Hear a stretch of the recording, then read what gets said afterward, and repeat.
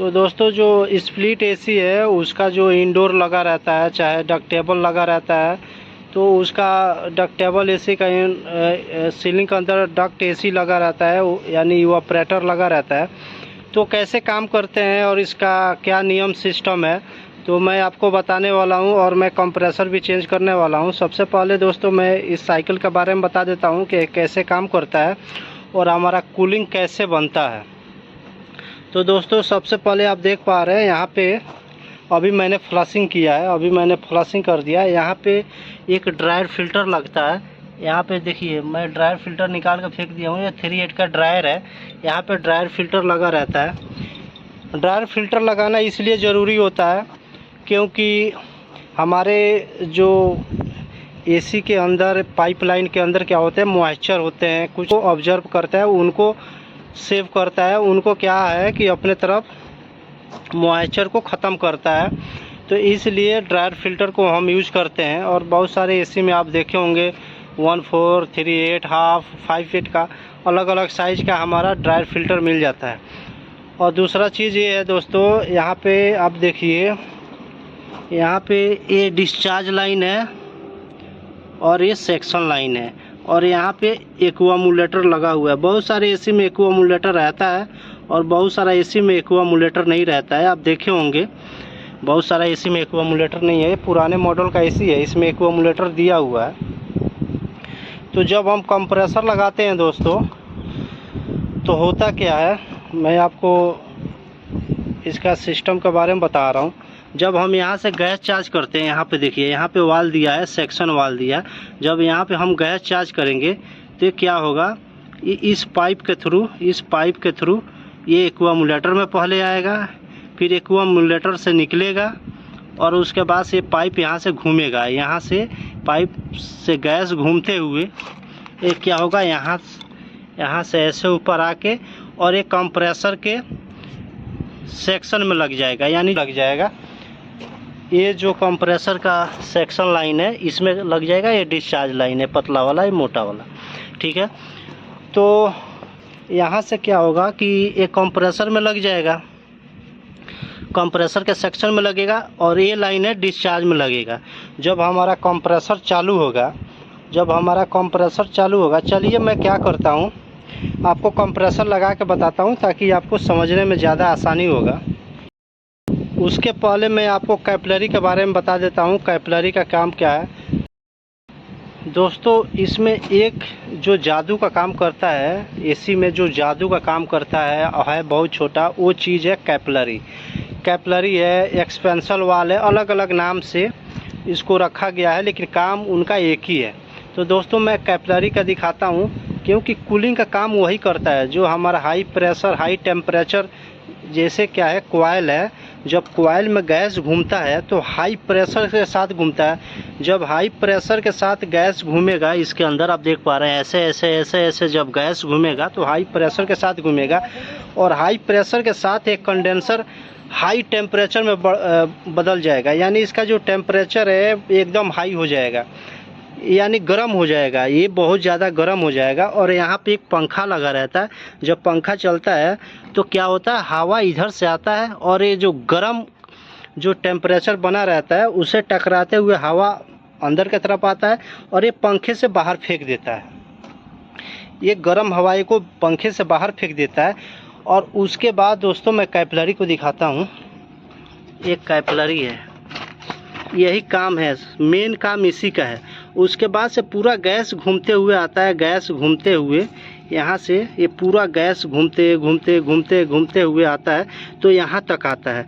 और यहाँ आने के बाद क्या होता है, हाई प्रेशर और हाई टेम्परेचर, यानी हाई प्रेशर के साथ आता है और इसका जो टेम्परेचर होता है वो हाई होता है और ये पतले पाइप से इसको गुजरना पड़ता है। जैसे पतले पाइप से गुजर के और इसके अंदर आता है, मोटे पाइप में आता है, तो यहाँ क्या होता है, लो प्रेशर हो जाता है। यानी कोई मोटा चीज़ पतले चीज़ में गुजरेगा तो लो प्रेशर हो जाएगा, और जब लो प्रेशर होगा तो लो टेम्परेचर भी हो जाएगा। और जैसे लो टेम्परेचर होता है दोस्तों, यहाँ से जैसे गुजरेगा तो यहाँ लिक्विड फॉर्म में गैस बन जाएगा, यानी यहाँ वेपर फॉर्म में आ रहा है, यहाँ से गैस आ रहा है, वेपर फॉर्म में आ रहा है।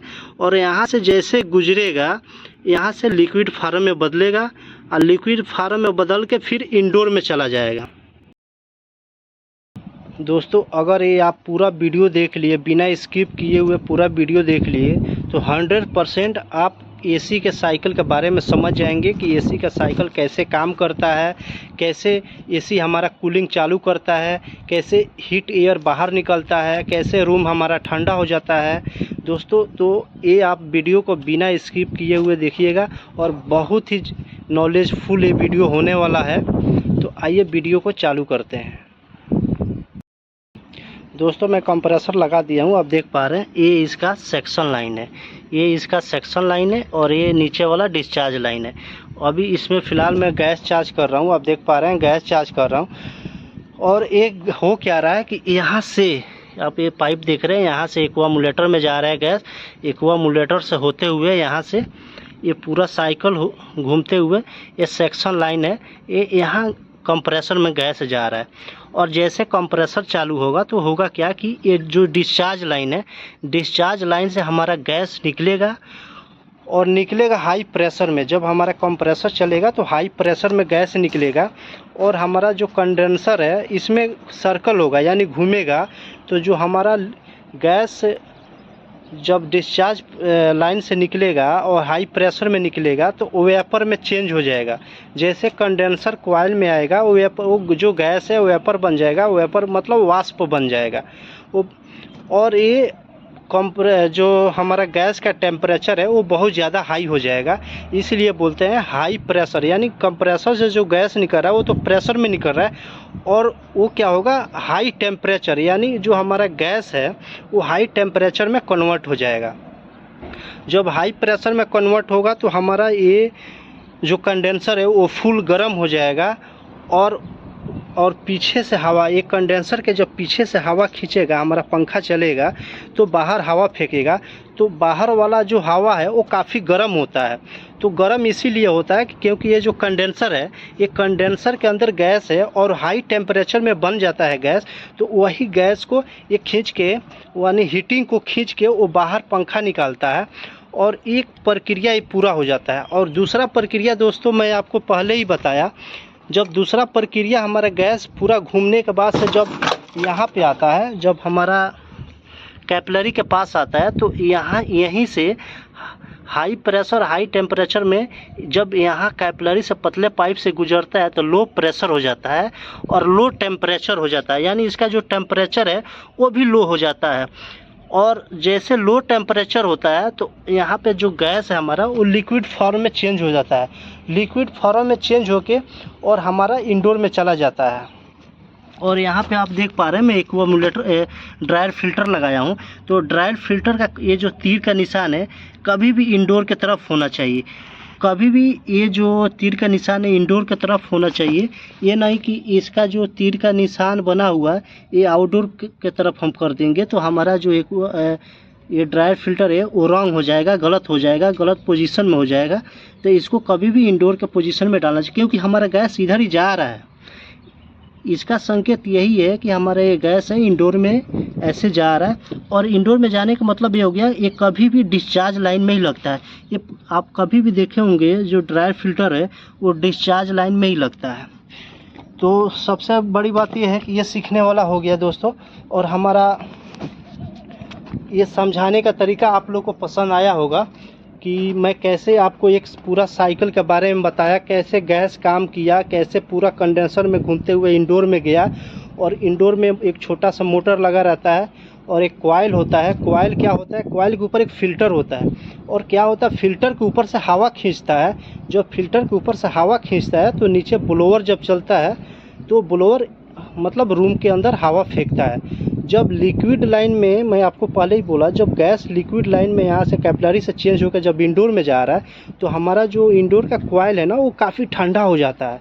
जब काफ़ी ठंडा होता है तो वहाँ से क्या होता है कि जब हमारा ब्लोअर चलता है, इंडोर का जब ब्लोअर चलता है तो ब्लोअर ठंडा ठंडा हवा फेंकता है और जो गर्म हवाएं होती है वो कॉइल के थ्रू ऊपर से जो फिल्टर लगा रहता है वहाँ हवा खींचता है तो हवाएं ऊपर की तरफ आने लगती है और नीचे पूरा कोल्ड कर देता है। दोस्तों तो यही एक साइकिल है और आपसे पूछा जा सकता है, अगर आप एसी टेक्नीशियन है तो आपसे क्वेश्चन पूछा जा सकता है कि हमारा जो गैस है जो कंडेंसर कॉइल में वेपर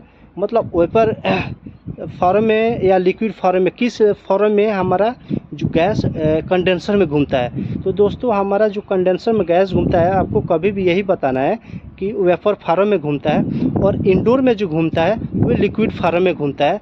और ये दोनों का लिक्विड से वेपर से लिक्विड बनाने का काम कौन करता है? तो एक्सपेंशन वाल्व करता है, कैपिलरी करता है। ये दोनों का काम एक ही है, बस नाम अलग अलग है। तो दोस्तों ये सारी चीज़ सिस्टम है। आई होप आप लोगों को समझ आ गया होगा कि मैंने जो चीज़ें आपको बताई। और दोस्तों अभी तक आप मेरे चैनल को सब्सक्राइब नहीं किए हैं तो चैनल को ज़रूर सब्सक्राइब कर ले। और आई होप आप लोगों को वीडियो पसंद आया होगा। जय हिंद।